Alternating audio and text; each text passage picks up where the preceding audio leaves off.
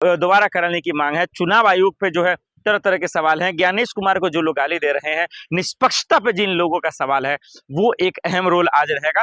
और सीएम कौन बनेगा इस पे भी रहेगा, क्योंकि अभी बीजेपी की तरफ से भी मैं लाइव देख ही रहा था, तो उनके नेता कार्यकर्ता जोश में कह रहे हैं भाई बस वही बयान रोना जो उनका भी आ रहा, तो ये भी ठीक नहीं।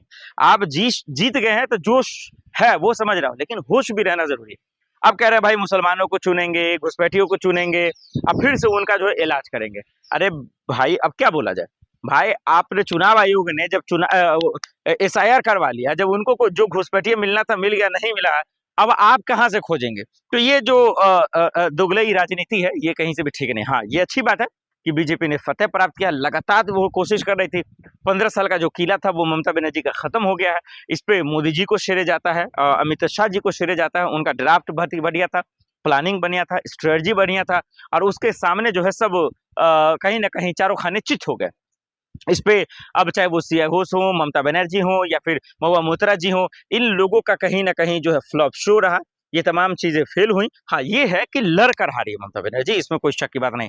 अब वो भले ही मीटिंग कर लें, प्रेस कॉन्फ्रेंस करें या ना करें, चुनाव आयोग चली जाएं, या फिर कई बूथों पर मान लेते हैं कि कुछ घपले हुआ होगा, धांधली ही हुआ होगा, मान लेते हैं उनके अकॉर्डिंग, तब भी देखिए हार तो हार है, इस बात को कबूल करना पड़ेगा। बंगाल की जनता ने आपको नकारा है, बंगाल की जनता ने आपको पीछे फेंक दिया है। बीजेपी की लहर वहां आ चुकी है, सरकार वो बना चुकी है। लगभग अब भारत में जो है आधा से ज्यादा, एक तिहाई में बीजेपी की हर जगह सरकार है। बड़े बड़े राज्यों जो आपके जबान पे आता है, बिहार, यूपी, महाराष्ट्र, बंगाल, हर जगह पे बीजेपी की सरकार आ गई है। हर जगह जो भगवा लहर है, कमल ही खिल रहा है। लेकिन जो सबसे अहम सवाल वो ये कि बीजेपी अब सीएम किसको बनाएगी। देखिए, हुमायूं कबीर का जो चर्चा चल रहा था कि बीजेपी का आदमी है, ये वो उनका भी वो आगे चल रहे थे। हो सकता है कि अगर वो जीत जाते हैं तो एक बहुत बड़ा रोल होगा। असदुद्दीन ओवैसी वो पीछे आ गए, लेकिन ममता बनर्जी भी गई, राहुल गांधी का वहां कोई बेड़ा करत है, कांग्रेस का कोई पूछ नहीं रहा। 1-2 सीट पे खाता खोली थी, वो भी अभी रुझान में था, वो भी आता है या नहीं एग्जैक्ट, ये एक बड़ा सवाल है। लेकिन सवाल ये है कि अब धीरे धीरे विपक्ष इतना कमजोर क्यों होता जा रहा। उसके पीछे दर्शकों, एज अ जर्नलिस्ट, पत्रकार, मेरा मानना ये है कि देखिए, जनता के जो मूल मुद्दे हैं, चाहे उस पर ममता बनर्जी हो, अखिलेश यादव हो, या फिर पूरा विपक्ष को अगर मैं इंक्लूड कर लूं, तो वो दिखा तो रहे हैं कि मैं जनता के साथ हूं, लेकिन अंदर से वो उसके साथ नहीं है। यहीं पे आकर उनका वोट कम टूट रहा है, यहीं पे आके विश्वास गड्ढे में जा रहा है, यहीं पे आके यकीन चूर चूर हो जा रहा है, और इसीलिए वो कनेक्ट नहीं कर पा रहा है। जो विपक्ष का जो डायरेक्शन है और जनता का जो डायरेक्शन है, वो एक दूसरे से उलट हो जा रहा है, और यही वजह है कि उसकी यहाँ पे नाकामी आ रही है और हार का सामना करना पड़ रहा है। चाहे वो बिहार हो, चाहे वो यूपी हो, चाहे वो बंगाल हो, चाहे वो दिल्ली हो, या फिर असम हो। देखिए, असम भी तो आप हार गए ना, वहां भी तो आपको मुंह की खानी पड़ी। तो ये बात विपक्ष को समझना पड़ेगा, बजाय इसके कि आरोप लगाना, बजाय एसआईआर, बजाय चुनाव आयोग। ठीक है, अगर इसमें कमियां हैं तो आप अपना लड़ाई लड़ते रहिए, लेकिन साथ साथ जनता बहुत परेशान है, और उस परेशानियों में अगर आप उसके साथ रहते हैं ना, तो इससे बड़ा जो है कोई कामयाबी नहीं हो सकता है। जो गलतियां कर रही हैं ममता बनर्जी ने भी की और राहुल गांधी ने भी किया। ऊपर से जब आप देख रहे हैं कि कांग्रेस वहां नहीं लड़ना अच्छे से, तो फिर ममता बनर्जी पे आरोप। एक तरफ इंडिया गठबंधन साथ आ जाता है, एक तरफ आप लड़ाइयां करते हैं। अब जैसे एक एग्जाम्पल तमिलनाडु में लीजिए, इसको समझिए इस तरीके से। तमिलनाडु में अभी देखिए, थाला बीजेपी जी किसी तरीके से चुनाव लड़े, अकेले लड़े, अपने दम पे लड़े, प्रचार किया, और जनता से इतना बेहतरीन कनेक्ट किए कि सरकार बनने के कगार पर है। 4-5 सीटें और आ जाती है तो बन जाएंगे। तो उन्होंने जनता को चुना, जनता के विश्वास को चुना, उनकी परेशानियों को चुना, और उसमें वो शामिल हो गए। तरह तरह के सवाल हैं। ज्ञानेश कुमार को जो लोग गाली दे रहे हैं, निष्पक्षता पे जिन लोगों का सवाल है, वो एक अहम रोल आज रहेगा। और सीएम कौन बनेगा इस पे भी रहेगा, क्योंकि अभी बीजेपी की तरफ से भी मैं लाइव देख ही रहा था, तो उनके नेता कार्यकर्ता जोश में कह रहे हैं भाई बस वही बयान रोना जो उनका भी आ रहा, तो ये भी ठीक नहीं। आप जीत गए हैं तो जोश है वो समझ रहा हूँ, लेकिन होश भी रहना जरूरी है। अब कह रहे हैं भाई मुसलमानों को चुनेंगे, घुसपैठियों को चुनेंगे, अब फिर से उनका जो है इलाज करेंगे। अरे भाई अब क्या बोला जाए। भाई आपने चुनाव आयोग ने जब एसआईआर करवा लिया, जब उनको जो घुसपैठिया मिलना था मिल गया, नहीं मिला, अब आप कहां से खोजेंगे। तो ये जो दोगलई राजनीति है ये कहीं से भी ठीक नहीं। हाँ, ये अच्छी बात है कि बीजेपी ने फतेह प्राप्त किया, लगातार वो कोशिश कर रही थी। 15 साल का जो किला था वो ममता बनर्जी का खत्म हो गया है। इस पे मोदी जी को श्रेय जाता है, अमित शाह जी को श्रेय जाता है। उनका ड्राफ्ट बहुत ही बढ़िया था, प्लानिंग बढ़िया था, स्ट्रेटजी बढ़िया था, और उसके सामने जो है सब कहीं ना कहीं चारों खाने चित हो गए। इस पे अब चाहे वो सिया घोष हो, ममता बनर्जी हो, या फिर महुआ मोइत्रा जी हो, इन लोगों का कहीं ना कहीं जो है फ्लॉप शो रहा। ये तमाम चीजें फेल हुई। हाँ, ये है कि लड़ कर हारी ममता बनर्जी, इसमें कोई शक की बात नहीं।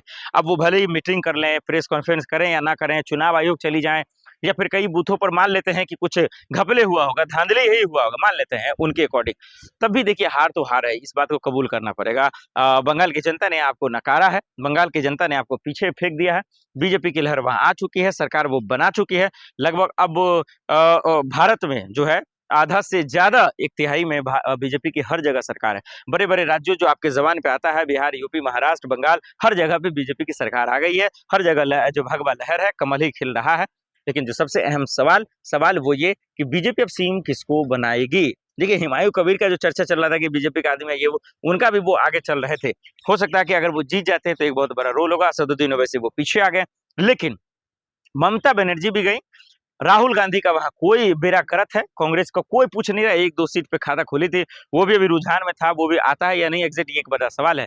लेकिन सवाल ये है कि अब धीरे धीरे विपक्ष इतना कमजोर क्यों होता जा रहा है। उसके पीछे दर्शकों एज अ जर्नलिस्ट पत्रकार मेरा मानना ये है कि देखिए जनता के जो मूल मुद्दे हैं, चाहे उस पर ममता बनर्जी हो, अखिलेश यादव हो, या फिर पूरा विपक्ष को अगर मैं इंक्लूड कर लूं, तो वो दिखा तो रहे हैं कि मैं जनता के साथ हूं, लेकिन अंदर से वो उसके साथ नहीं है। यहीं पे आकर उनका वोट कम टूट रहा है, यहीं पे आके विश्वास गड्ढे में जा रहा है, यहीं पे आके यकीन चूर चूर हो जा रहा है, और इसीलिए वो कनेक्ट नहीं कर पा रहा है। जो विपक्ष का जो डायरेक्शन है और जनता का जो डायरेक्शन है वो एक दूसरे से उलट हो जा रहा है, और यही वजह है कि उसकी यहाँ पे नाकामी आ रही है और हार का सामना करना पड़ रहा है, चाहे वो बिहार हो, चाहे वो यूपी हो, चाहे वो बंगाल हो, चाहे वो दिल्ली हो, या फिर असम हो। देखिए असम भी तो आप हार गए ना, वहां भी तो आपको मुंह की खानी पड़ी। तो ये बात विपक्ष को समझना पड़ेगा, बजाय इसके कि आरोप लगाना, बजाय एसआईआर, बजाय चुनाव आयोग। ठीक है, अगर इसमें कमियां हैं तो आप अपना लड़ाई लड़ते रहिए, लेकिन साथ साथ जनता बहुत परेशान है, और उस परेशानियों में अगर आप उसके साथ रहते हैं ना, तो इससे बड़ा जो है कोई कामयाबी नहीं हो सकता है। जो गलतियां कर रही हैं ममता बनर्जी ने भी की और राहुल गांधी ने भी किया, ऊपर से जब आप देख रहे हैं कि कांग्रेस वहां नहीं लड़ना अच्छे से, तो फिर ममता बनर्जी पे आरोप। एक तरफ इंडिया गठबंधन साथ आ जाता है, एक तरफ आप लड़ाइयां करते हैं। अब जैसे एक एग्जाम्पल तमिलनाडु में लीजिए, इसको समझिए इस तरीके से। तमिलनाडु में अभी देखिए थाला बीजेपी जी किसी तरीके से चुनाव लड़े, अकेले लड़े, अपने दम पे लड़े, प्रचार किया, और जनता से इतना बेहतरीन कनेक्ट किए कि सरकार बनने के कगार पर है, 4-5 सीटें और आ जाती है तो बन जाएंगे। तो उन्होंने जनता को चुना, जनता के विश्वास को चुना, उनके परेशानियों को चुना, और उसमें वो शामिल हो गए। वो सिर्फ एसी में बैठकर जो है ना प्लान नहीं बनाते रहे, जमीन पर बैठ के, ग्राउंड पे बैठ के लोगों का साथ देते रहे, और यही वजह है कि आज तमिलनाडु में वो आगे जा रहे हैं।